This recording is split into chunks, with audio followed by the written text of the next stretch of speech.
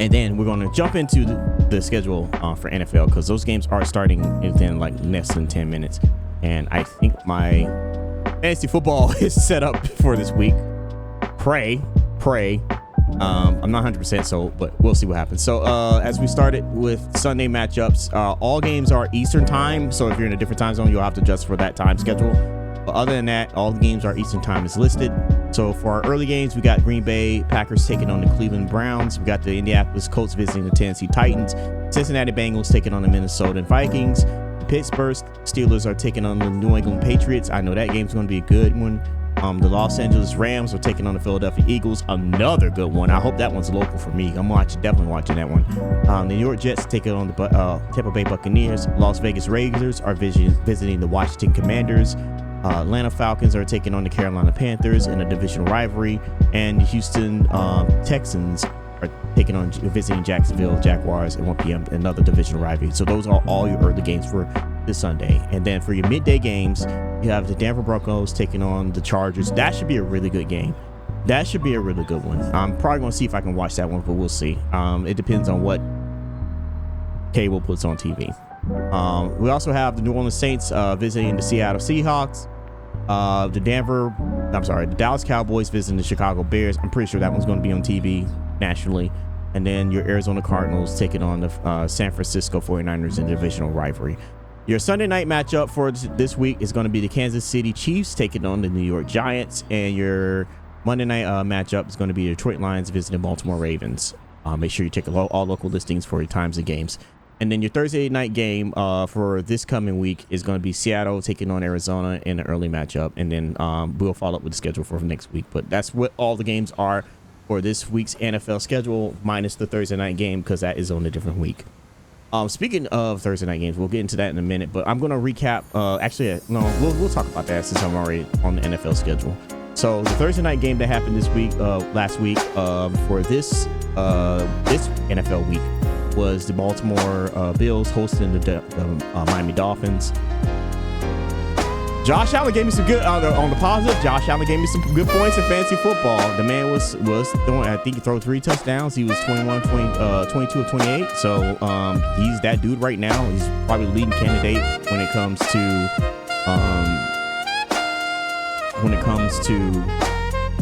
who's going to be league MVP. So that is the good thing, but the downside of that is that the Miami Dolphins are 0-3. So I think this is the end for the Dolphins, as we know. It's been pretty well documented that they've had issues leading up into the season, in particular with Tyreek Hill and all of his off-season issues last season, and then them not making the playoffs accident. And then Jalen Ramsey was another player that they were dealing with for a while before they traded him, but I just don't see this team working as the way they are. I think they plateaued a few years ago, and then all of a sudden they decided to pretty much get rid of all their defensive players that they built their team on, which was a defensive first team.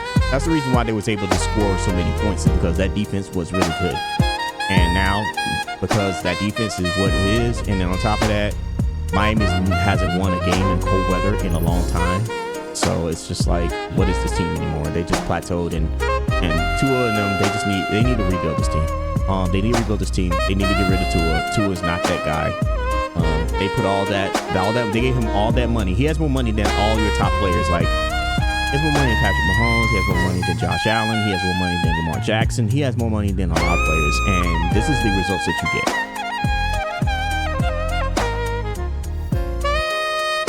So I've been said on record before the season started that I had no faith in Miami being a good team this season, especially after what I saw happening last season, and I continue to stand by what I said. This is not a good team. This team is not a good representation. I wouldn't dare want to go to any of their games unless I got tickets for free. And I'm gonna be honest with you, like, you gave away all this for a quarterback that was in his feelings because a coach was being harsh to him. That same coach was the same coach that when he took over the team wasn't a doormat. And then they made a complete reversal and made the wild cards. So I'm gonna be honest with you. I never liked Tua. I felt like he was too fragile. I felt like he was never going to be that dude going into the season. Yeah, he has some nice pieces, but he can't. When he gets in pressure situations, he can't perform. He's either going to throw interceptions, fumble the ball, come up short, or get hurt. And he can't stay healthy. Like, he's only had one good game, and that wasn't a full game. He had a national championship look against Georgia years ago when Nick Saban swapped out what's his name, Jalen Hurts, and put in Tua to win that national championship for Alabama years ago. And we haven't seen anything from him since that says otherwise. He's a backup. He's always been a backup with an arm, but inconsistent backup. So it is what it is. So, I mean, that's what I see and feel about it, and that's what I feel about it.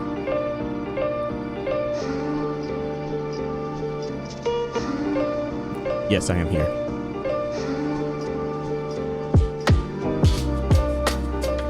Yes, I have started. For some reason, my stuff ain't working for Stream Deck. Give me a sec.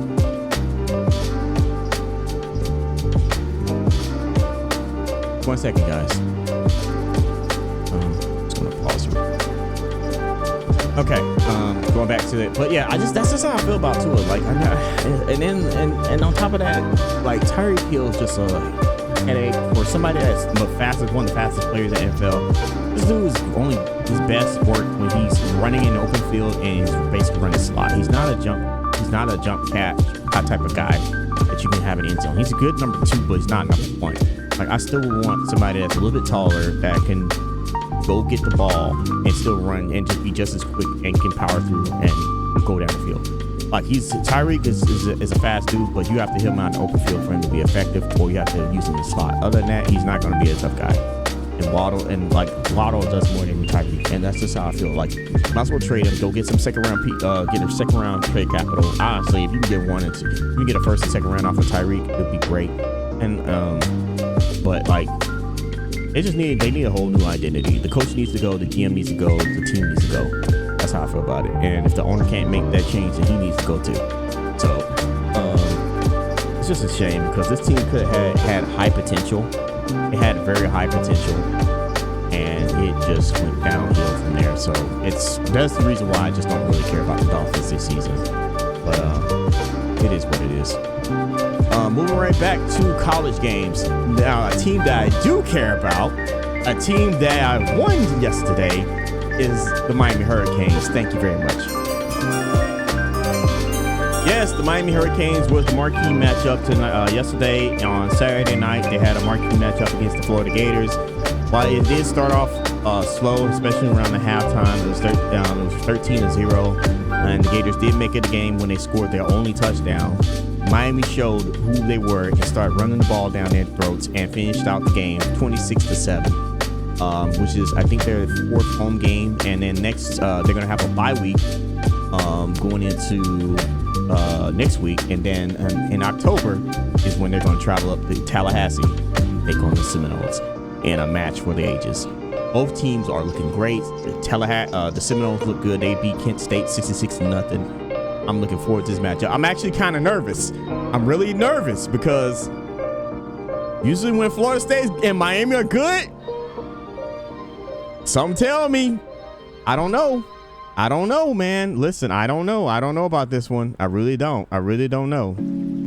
This is going to be a really, really close game. That's all I can tell you right there. But, yep, they won their game 26-7. In a nice matchup. So it was a very good game, a very close game at the beginning. Like I said, that defense from Florida was really strong. They was holding down the Miami offense at the beginning because, like, Quentin Beck did not have a good game. He was 17 for 30 and 1 interception. I know he threw like a touchdown. I think he didn't have a touchdown. He didn't have a single touchdown. So they're going to have to really shore up that passing game before, but that running game was the reason why we was able to dominate. And that offensive line, kudos to the offensive line, kudos to the running game, and kudos to the defense for great turnovers. Like I said, the only thing they need to fix is Quentin Beck's got to stop the sloppy turnovers, man. Like, he threw that one interception. I literally about to throw my phone across the room because I was like, that was not necessary. And when that happened, I think that's when that's when coaching came to play. He said we got to get back to doing the things that we know we're well at, and that's basically running the ball. Since we can't throw the ball on these guys, let's just run the ball. So, yeah, they held off Florida, 141 yards, moved past the Gators, and they moved to 4-0. So I'll be looking forward to that rivalry game up in Tallahassee against Florida State. And that's going to be the last Florida team we played this year. That's crazy because Miami's played Florida, they played South Florida, and then they're going to play Florida State. So they're playing all these Florida teams, and we haven't played a single. Have we played a single team out of Florida? I think everybody's from the first few games. Everybody's been from Florida. Yeah, all except for Notre Dame. Notre Dame was a good game, but like the other 3 games are all the other 4 games, Florida teams, and then we go into the slate of ACC teams. It's crazy. It's crazy the many teams they've been playing this year. But I have high hopes they're going to make the playoffs. I really hope they do make the playoffs. And I hope they win the ACC. Although I do fear the only team that outside of Florida State that's going to give them a tough run on their schedule is Syracuse. Syracuse is the real deal. And they showed that yesterday, beating Clemson 34-21. And right now it's not looking good for Clemson, but I'll get to them in a second. Yo, hats off to Syracuse because this coach is 3-1. He's only lost 1 game this season. I think he's only lost 1 game. I forgot who Syracuse lost their game to. Let me look at it. They only lost to Tennessee, which was a blowout game that they played. But Tennessee is a really good team because they showed how good they were against Georgia last weekend. But other than that, 27-20. After they had that 27-20 game against UConn, when he made them runs win sprints after the game because they went hustling. This team has been performing. Like they beat up on Colgate 66-24, and then they beat up on Clemson 34-21. I expect them to beat up on Duke. I expect them to beat up on SMU. I expect them to beat up on all these teams except for Georgia Tech. Georgia Tech and Clemson should be a really close game between these 2 teams because Georgia Tech's another team that makes me a bit nervous, and they're a very good team. And then right after that, they're going to play Miami, and then have to play Notre Dame. So like they're not hitting tough parts of their schedule until they get to Georgia Tech, and then play Miami, and then they play Notre Dame. And that's a team that is going to compete. So congratulations to them. Now with that being said, yo, Dabo Swinney, bro, you are 1-3 this season. It is not looking good. I understand that a coaching change might be a little abrupt and unforthcoming when it comes to a coach who's won 2 national championships, but I'm gonna keep it a buck. You struggling, and depending on how bad this season goes, if you struggle like this next season, yeah, you should be on the hot water. You should be on the hot seat because you have not been adjusting to the new era of college sports, where now you have the transfer portal, now you have NIL, which I know Clemson got money.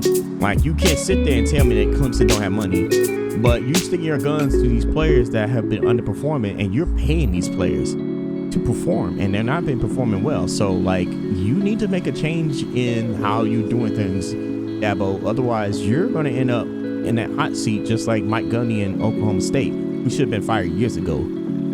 But it is what it is. So we'll see what happens with you. I'm gonna keep my eye on you, but Clemson's not looking like Clemson of the last few years, because this was a team that was slated to win the ACC, and they'd be lucky to get to 500 at this rate. Moving on, the other marquee matchups that happened was the Auburn Tigers visiting the Oklahoma Sooners. Oklahoma pulled out the win 24-17. I really didn't watch this game.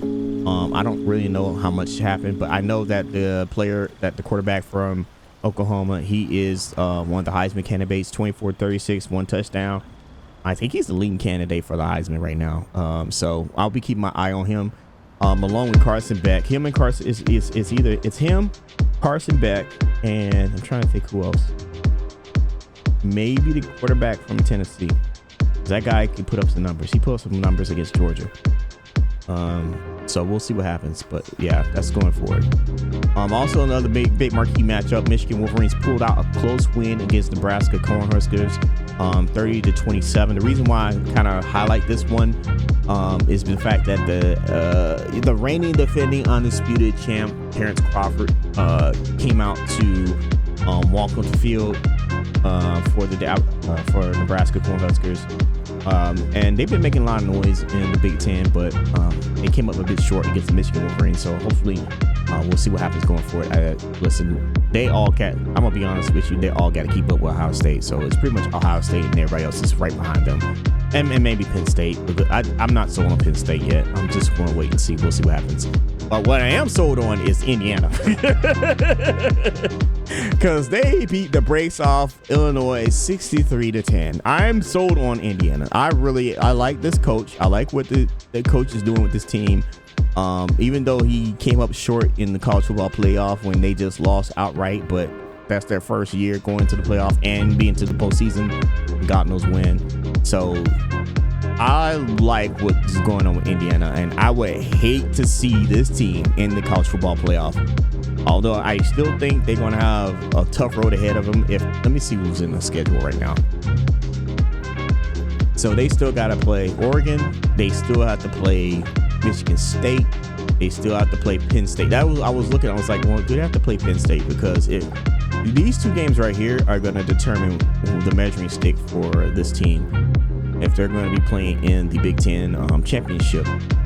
But we'll see what happens going into the season, because right now it's USC, it's Maryland, it's Oregon, it's Iowa, it's Michigan. Well, it was Michigan. It's Ohio State. So you got at least 1, 2, Washington, 3, 4, 5, 6, 7 teams that are still undefeated. So the Big Ten is doing their thing, man. We'll see what happens going forward, but that's just the way it is right now. But I do think Indiana is a huge threat. I think that they have a culture established with their coach, with the team they're running, and we'll see what happens when they get close to the postseason. But yeah, so that's pretty much everything that I have for college. Make sure to check the local listings for games. I don't have many major games for next week. I know my team is off next week, so let me look at the schedule and see what marquee games we have. There's not really much going on. Illinois still playing USC. Notre Dame, Arkansas should be an interesting match. Ole Miss, LSU Ole Miss should be a good one. Auburn, Texas A&M should be another good one. Indiana, Iowa, that should be a fair good game. It's right, Georgia, Alabama. I forgot about that game. Yeah, Georgia, Alabama, Penn State, Oregon should be a good game next week. Georgia, Alabama should be another good game. I forgot about it. And I think College Game Day is going to be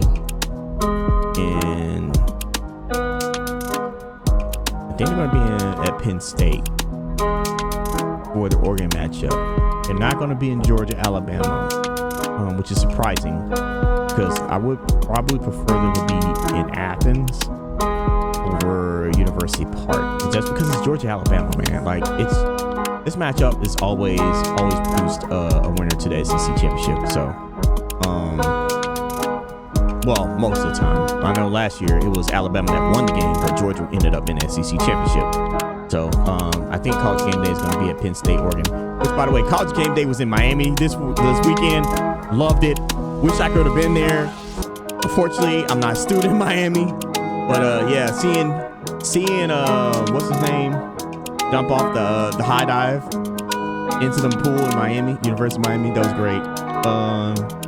Yeah, the crowd was lovely, man. That's all I say, man. I wish I was there, but I'm not a student of the U, so I couldn't be on campus. I couldn't be at that event to watch it, because it's mostly for students on that campus. But yeah, so those are the two marquee matchups for next week in college. Penn State, Oregon, which is 7:30 primetime game, NBC Peacock, and Georgia, Alabama, 7:30 primetime game down in Athens. I know my brother's definitely going to be watching that one. And then if you want to watch an earlier game, like I said, USC, Illinois should be an early matchup. Georgia Tech, Wake Forest should be a solid matchup. I got to look at Wake Forest's schedule. Let me see what they're at. 1-2-1. Yeah, so they only just lost recently to NC, so that should be a solid early game. And then Notre Dame, Arkansas is another one. Anytime Notre Dame has a marquee matchup against the SEC team, that should always be a plus. They've been playing a lot of SEC teams too, because they just recently played Texas A&M like about a week or so ago and lost against them. And now they turn around and playing Arkansas, so we'll see what happens with that. And they're I think there was the only team that's ranked that was 0-2 or 2 losses early on. They're still ranked, so we'll see what happens with that. And it's because of their schedule. Like, Notre Dame has a schedule that's all over the place when it comes to their schedule. And then Ole Miss, and then your midday game should be a good one. Should be Ole Miss and LSU. I don't consider Washington and Ohio State a good game. I should see Ohio State beat Washington. I don't think they're going to beat the brakes off of them, but they should just straight up beat them. They're the number 1 team in the country, so going forward for that one. Yeah. But yeah, check your local listings for all these games. And good luck to all the teams that are playing. So, moving on to Sapphire's favorite segment, the WNBA. Yeah, I got some announcements to make for some of the awards that have been happening for the WNBA, because right now they're knee deep in the playoffs. So Asia Wilson was named the WNBA MVP. She is the only WNBA player to win the award 4 times. She was the MVP last year, and she's the MVP this year. So congratulations to Asia Wilson. I think that is the record for it. So yeah. And then they also gave additional awards for 6th Player of the Year. Atlanta Dream's Naz Hillman. She's named the WNBA 6th Player of the Year. And we're going to talk about the Atlanta Dream in a second, because I'm mad with them right now.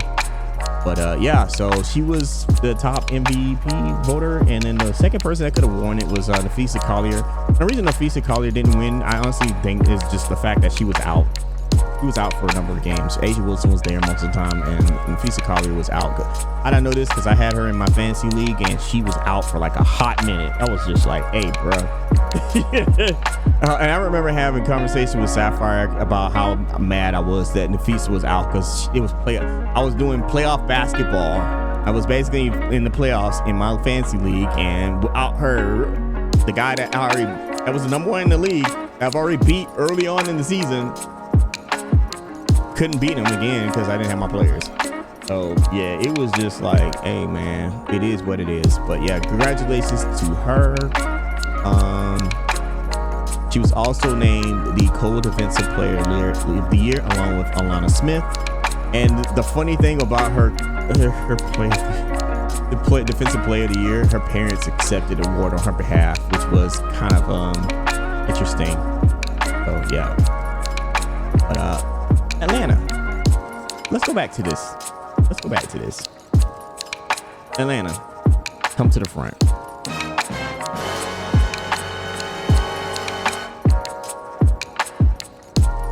You were the number 3 seed in the playoffs, and you lost to an Indiana Fever team that did not have Caitlin Clark. That did not have, I think they're missing like 2 other players, and you still lost. What's going on with that?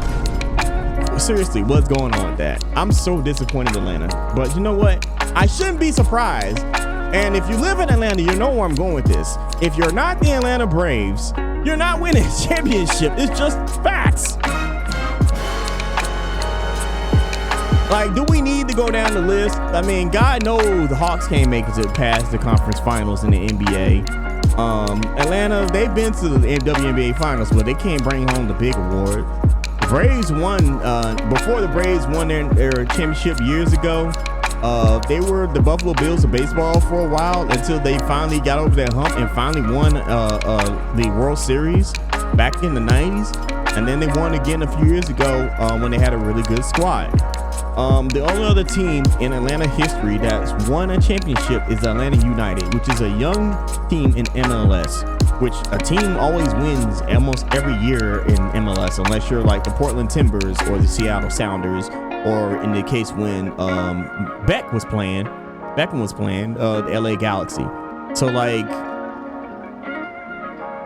there's only been 2 champs in that whole league, and it's the freaking Braves and Atlanta United. Lord knows we're not going to talk about the 28-3 lead that the Atlanta Falcons blew in the Super Bowl.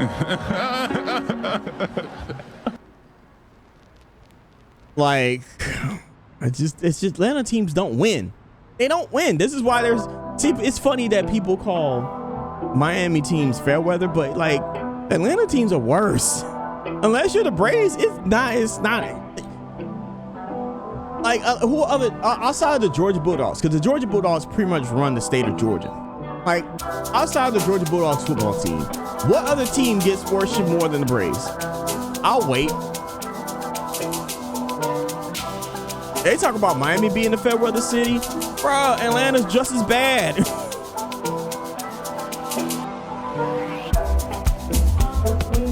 Like I said, outside of the Braves, the Falcons, please, if they're a Falcon fan, you might as well go ahead and cry for them. If they're a Hawks fan, go ahead and cry for them, because they ain't had a good relevant team since Dominique Wilkins. Because when they did have a good relevant team, they got beat up by LeBron. Sit the fuck down! Oh my God. They lost their hockey team. They don't even have a hockey team anymore. They still got the soccer team, but the soccer team is owned by the same owner that owns the Falcons. And then this team right here, the Atlanta Fever, who are a very good team, has Brittany Griner and cannot beat an Indiana Fever team that's got injuries and missing Caitlin Clark. Bruh, what is going on here?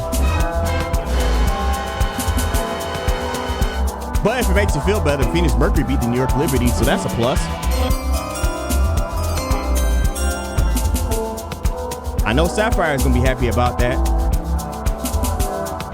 Why do I keep mentioning Sapphire? Because she's a huge WNBA fan. So that's why it's important. But yeah, so the playoffs are going to continue. We got the semifinals matchups. Now, so you got the Indiana Fever taking on the Indiana Fever taking on the Las Vegas Aces in the best of 5. Yeah, the best of 5. And you got the Phoenix Mercury taking on the Minnesota Lynx. So my predictions for this one, in the next round, the Aces should easily beat the Fever, and Minnesota, who is like the number 1 seed, should easily beat Mercury. I understand the Mercury has some dogs. They may push this to game 5, but if the Fisa Collier is playing, the Lynx are going to take this. And I'm sorry, but not sorry, Sapphire.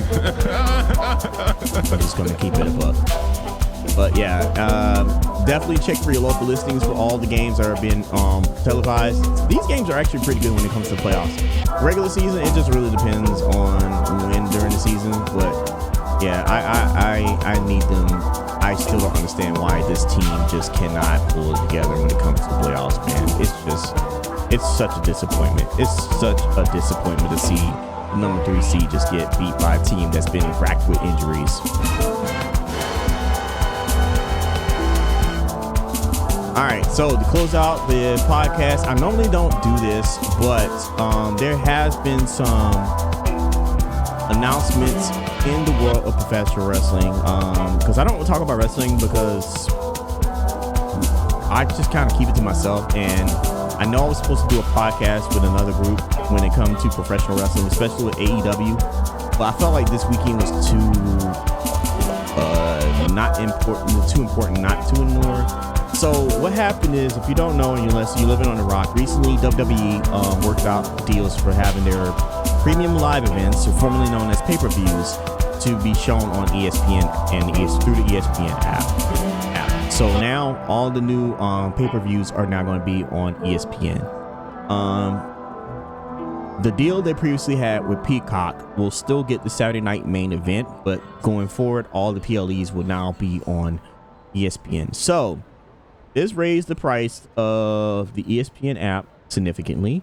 It's also raised the ire of WWE fans significantly, because this thing is fragmented as all out. Like, you don't even, before we used to have the WWE network, so all the PLEs were actually on the WWE network, and they actually had some original programming that was decent if you're a wrestling fan.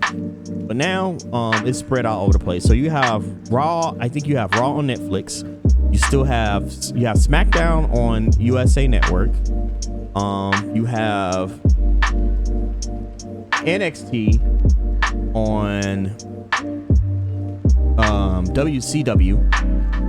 Then you still have Evolve on YouTube, I think. And then you have the WWE IDs, which is basically their indie lookout program that they have spread throughout the networks that they work with, the different wrestling companies that they have. And then on top of that, you still also they have also about AAA. So they're running special events with AAA, which is actually the AAA events are pretty cool. But then they also have a working agreement with TNA. So that's why you're able to see guys like Joe Hendry, Moose, Jordan Grace originally, who was originally with TNA, now signed with WWE. But you see the TNA stars interacting with mostly WWE stars in NXT and occasionally on the main roster here and there. 1 second. I can definitely hear you. I can hear you. Would you like to stick around and talk about wrestling? Wrestling. No, we don't say wrestling. Wrestling.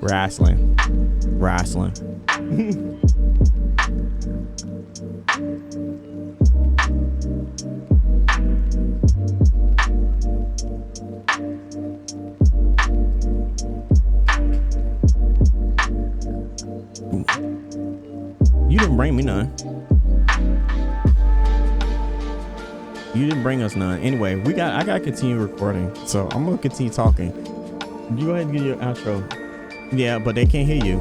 They can't hear you. I told you, they can't hear you. Thank you for the raid. I appreciate it. Thank you for the raid. Here you go with this howdy partner nonsense. Oh Lord, have mercy. Oh Lord, y'all, hold on a second, y'all. Hold on a second. Chat, this is chat and recording. This is Lush. Chat and recording. Hello. This is Lush. Lush, this is chat and recording. Say hello to everybody. Hello, chat and recording. This is Lush. Howdy, partners. Howdy, partners. I'm gonna put this on the recording so y'all let y'all know. She was running a Big Brother Enjoy operation on her channel, and she canceled it indefinitely and put on hiatus indefinitely for Cowboys and Aliens with Red Dead 2. So that's what she's doing right now. So y'all welcome her, and we appreciate the raid. Thank you very much. I'm going to replace us with Red Dead. I'm just saying. Let it go, man. No, we're not going to let nothing go. You replaces us with Red Dead. That's atrocity. It's not. It's because we know we had our one day. Look, what over here. It's about me. More about you. What are we doing? We're finishing up in wrestling. So normally I don't talk about professional wrestling on this podcast, but I made an exception on this because there's a few more announcements. I'm going to do it. I'm going to start on a somewhat mixed note. And so WWE recently announced that, because I'm going to come back to the ESPN thing, but they recently announced that the next WrestleMania after the one that's taking place in Vegas, because they did announce that over the weekend during their PLE, premium live event, formerly known as pay-per-views. So they don't call them pay-per-views because you're not paying per view now. You just get a subscription and it's a premium live event. So they announced that the next WrestleMania will be taking place in Saudi Arabia. How do you feel about that? I mean, pretty cool, I guess. I mean, I don't know. Because where is it normally based for me to make in America normally? They usually do it in America, but like it's kind of the money's over there. Yeah, the money is. I mean, like on one hand, I understand the human rights issues that Saudi Arabia has when it comes to their government. On the other hand, like on the other hand, the Crown has been known that they love sports, and they have been putting together a lot of events to include. The recent fight between Terrence Crawford and Canelo Alvarez was their way of getting that fight happen. They made that fight happen. So keep that in mind. Really? Yeah, they did. Because they host a lot of UFC fight. They host a lot of UFC fights over there. So they also been hosting a lot of boxing matches because your boy Tyson Fury fought Usyk to unify the heavyweight crown, and then they fought again to have a rematch. So all those fights have been taking place in Saudi Arabia. Yeah, there's been a lot going on in Dubai, because there have been some fights in Dubai for UFC, but yeah, a lot of them in Saudi Arabia mostly. Okay. Yeah. Well, that should be fun. Are you gonna cover pretty much everything in the boxing, wrestling, or just mostly marquee events? Like when it comes to boxing, like I usually cover like the heavyweight title fight. If it's a big unification fight, or if it's a big name in the fight, I would do it. The only person I'll make an exception for is like I don't really care to cover is Jake Paul and his fights, because I know that Jake Paul is fighting somebody. I forgot. But I don't. Another one I've not heard. Yeah, he's doing another boxer. He's actually ranked. He's ranked 15 in the heavyweight top 15 fighters. Yeah, he got his 15. He's ranked 15 in the heavyweight division. Yeah, it's crazy. Not green. It's crazy. He's supposedly supposed to get a title fight, but I was like, how? You gonna put Usyk with him? Usyk gonna destroy that guy. Like, really? Yeah, what are we talking about here? Yeah. So yeah. But yeah, I do cover boxing, and then I watch wrestling. I don't do much wrestling because I focus more on football, basketball, stuff like that. But yes, I did talk about. I wanted to say this that was interesting because I know that WWE has a 10-year. They have a 10-year deal with the Crown in Saudi Arabia. It's interesting that they are putting one in Saudi Arabia, which means it's going to be early time. This is the first WrestleMania that's going to be outside of North America, which is really interesting. So we'll see what happens with this. Because the next WrestleMania next year, 2026, is going to be taking place back in Vegas, because they had one in Vegas this year. So they're going back in Vegas, and then after that, they're going to Saudi Arabia. So I honestly thought that you guys was going to get it. I honestly thought that London was going to get it, but for some reason, it happened in Saudi Arabia. So it is what it is. It kind of makes sense to me. It makes sense that it's out there. To be interesting. But it makes more sense to be in London. Like, y'all have good crowds when it comes to wrestling events. So I have AEW been in the O2 Arena. If you're thinking from a business standpoint, you go where the money is. You're gonna make money in London. Yeah, but not the same as Saudi money. I don't know. That pound carries that pound carries a lot. That pound carries a lot. Like, if you say $1 million, if you say $1 million in pounds, bro, that's like 3 million US money. What you talking about here? Probably. I don't know like how the finances work like that, but just when you hear Saudi, you just think money. You think they people just who organize you get paid the equivalent. So if let's say if WWE runs that event in Vegas, right? And the Vegas says they're going to give you $50 million for the event. If they go and do it in Saudi Arabia, they ask for $50 million. Let's say they give them 75 because it's Saudi Arabia. So it's basically sitting there, just whatever the money is in their currency, they're going to equivalent to what is going to be in American money. So that's how it works. The only difference is maybe they'll pay less taxes because the event's happening in that country. Yeah. Because I don't. So like the thing is, when you go to Middle East, depending on which country you go to, they don't run a lot of taxes. Like the UK. Right. Yeah. The UK runs a lot of taxes. I'm just saying. Bro, I remember. Listen, I still remember when I ordered that burger from DoorDash. The amount of taxes I got hit. I was like, Jesus. Yeah, you think no? Yeah, they get you. That is the Quailen laugh. I got that Quailen laugh because I laughed so much, so I started. Let me hear it. What was the laugh? Are you on my screen? Yeah, I see. Yeah, that's the laugh. The Quailen laugh. I also have this one.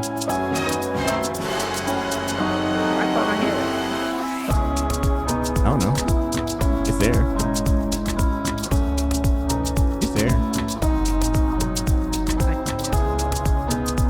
You should be able to hear yourself. I'm blind to death, that's all. So, but I gotta get my food and get my kids sorted. I'm already half an hour late. I'm gonna start getting knocked at the door in a minute. Oh, we're gonna miss you. We're gonna miss you, but you're gonna be stuck with me next weekend. Yes, it's gonna be fun. You're gonna be stuck with me next weekend. Oh yeah, let me make this announcement real quick before you leave, because I'm gonna put this on the recording. So everybody that watches the recording on YouTube, just know I got a public announcement. Ladies and gentlemen, chat. Next weekend is my birthday, so guess what?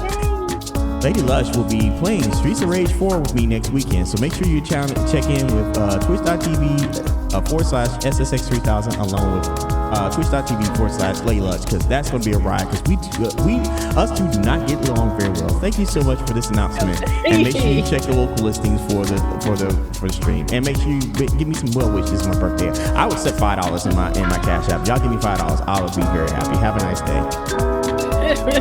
Good stuff. That's gonna be flexible. I said I've got my controller, I've got my flash wire. And you're gonna beat this game.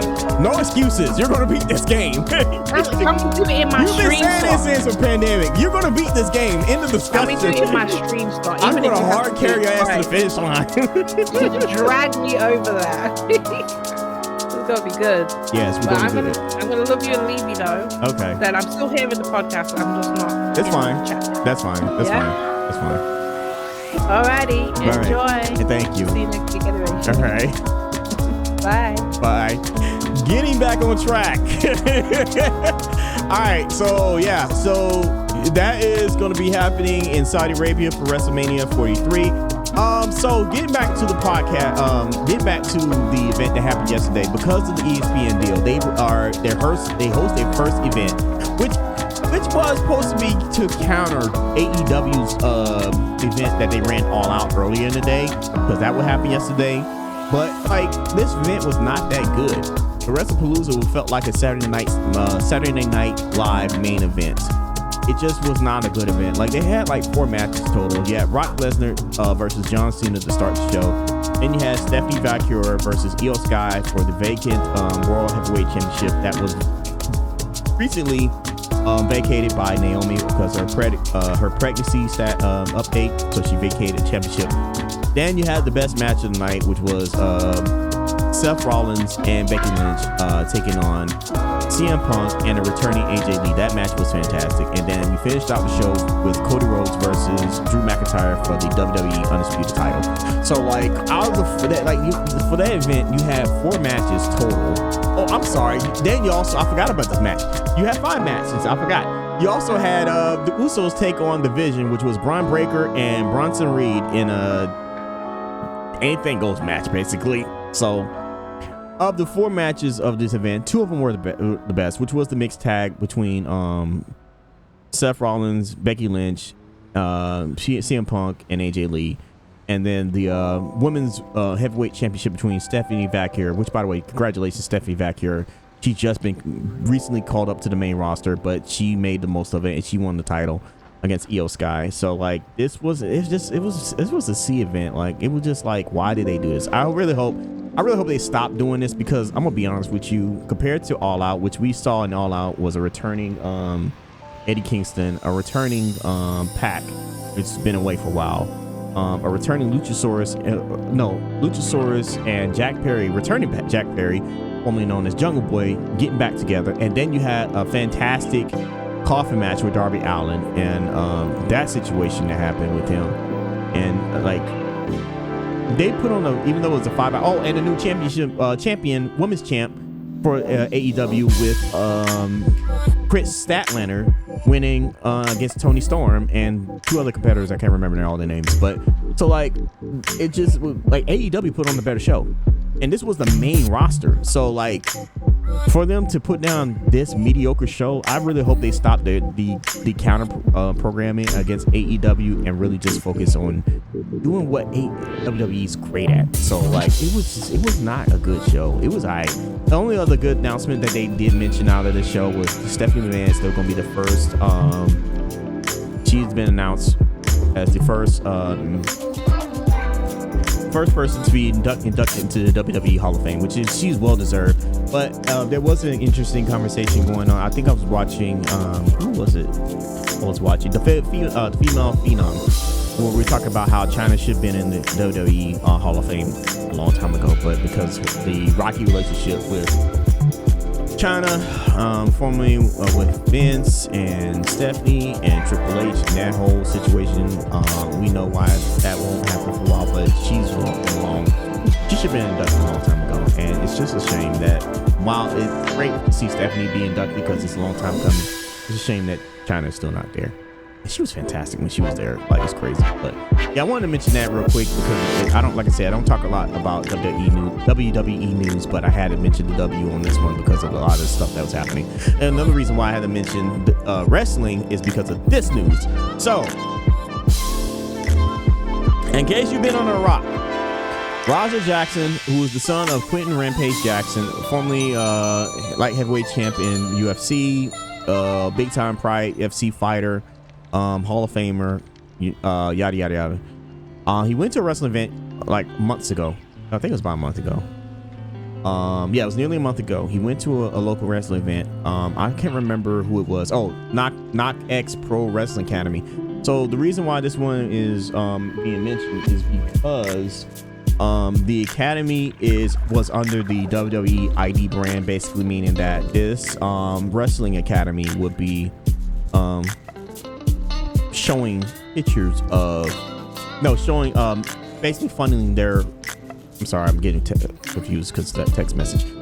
Basically, they're funneling all their wrestlers through to the WWE program, so they could be picking and selecting which wrestlers would be joining the WWE from this academy. So Roger Jackson was supposed to be a special guest from the event, and this wrestler by the name of Psycho Stu, actually known as Stuart Smith in real life, he assumed that he was part of the act. Now, normally when celebrities come through to these wrestling shows, they usually get informed about things they're going to do. I guess whoever the promoter was and the bookers and stuff, they didn't really have them on the same page, because prior to this event, Raja was in training at his camp, and he suffered concussion. Psycho Stu thought he was part of the show, decided to take a beer king and smack him upside the head. Now, we all know that wrestling has scripted moments where they kind of predict how things are going to go, but just know that these moves are still real. Like, some of them are still real, and hitting somebody upside the head, even if it's fake, still not ideal. So it really pissed him off. Then somebody had to tell Psycho Stu, because he was drunk, that he was not part of the show. He tried to hug the man who's already pissed off. By the way, he was streaming all this when it happened, so on Twitch, which wasn't ideal. So he tried to hug the man. The man wasn't having it, and in the process, during the show, he said, "You can get me back later." This dude was still stewing from the event that happened earlier, that when he finally did get into the ring, he knocked Psycho Stu unconscious multiple times, slammed him unconscious, and continued to punch him to unconscious. Psycho Stu ended up going into the hospital. He suffered concussions. He suffered, I think his socket got damaged from one of the punches that Raja had. It was an investigation going into this event, and finally the Los Angeles County, the Sheriff's Department, basically have arrested Raja Jackson and put him on, booked him, and he's currently being held on $50,000 bail. So, on one hand, I do blame the promoters for not informing everyone of the situation and not keeping things together. And hopefully, if WWE was watching, I'm pretty sure they're watching this, they probably disassociated them from this academy, because this all happened under your watch. This easily could have been prevented, and you did not do anything about it. So, therefore, I think you should lose your license to run a wrestling events, wrestling academy, the whole nine. Like, it's unacceptable behavior. Despite what Psycho Stu did, which was dumb, by the way, on his part, but this should never happen. This should have been explained from the get-go. This should have never been a problem. Now, with that being said, Raja, your ass deserved to be arrested. You assaulted this guy. You could have cooled off. Better heads could have cooled off. You know your hands are lethal. I'm pretty sure you're registered as a lethal weapon, because you have to be as an MMA fighter or as a trained fighter, period. And you're out here assaulting people because you're mad because they hit you. Like, it was miscommunication. He did try to apologize for it, and you should have known better. But, like, I'm sorry, you should know better. That's just the way it is. I understand that you had a concussion, but you had time to cool off. You had time to walk away. You had time to do everything that you could in your power, and you still decided to beat this man unconscious. So, no. You deserve to be arrested. You should be arrested for a felony assault, and we'll see what happens with this. So, I'm gonna keep my eye on this situation, because I know that Rampage Jackson spoke about it. He said he didn't condone his son's actions, but he's going to stand by his son, which I understand completely, because he was worried about what happened to his son. But I don't condone his actions either. And this is just really sad that this happened. So, but yeah, we'll keep my eye on the situation, because this is unfortunate, and to see a young black man go down the wrong path and made a really poor decision in the long run, despite the fact that he was assaulted as well. But in the case of the event, like, you should have just calmed down. And there's already video evidence showing that you made it your intent, knowing that you was going to mess him up. So it is what it is at this point. But I just want to finish out on this. I know it's a sour note, but I want to finish out on this because I saw the news on this one here. But make sure you check your local listings for all the sports. You can go on ESPN.com. You can go on FoxSportsNetworks.com. You can go on to the respective. You can go to the Associated Press where a lot of the reports come from, and make sure you support all your local teams if you're into sports. But yeah, I'm done with this one, so let me go ahead and pause it, and we're going to take a quick break. And after that, we'll get into I don't know. I know somebody said Hollow Knight, but I was trying to see if somebody was home because I know I got to play Cuphead. And I said I was going to play Cuphead, so we'll see what happens. So I guess I'll just go into Hollow Knight for now. And then after that, we'll see what happens with Cuphead. I did finish Indiana Jones, so let me go ahead and pause the recording, stop recording, and then we'll switch.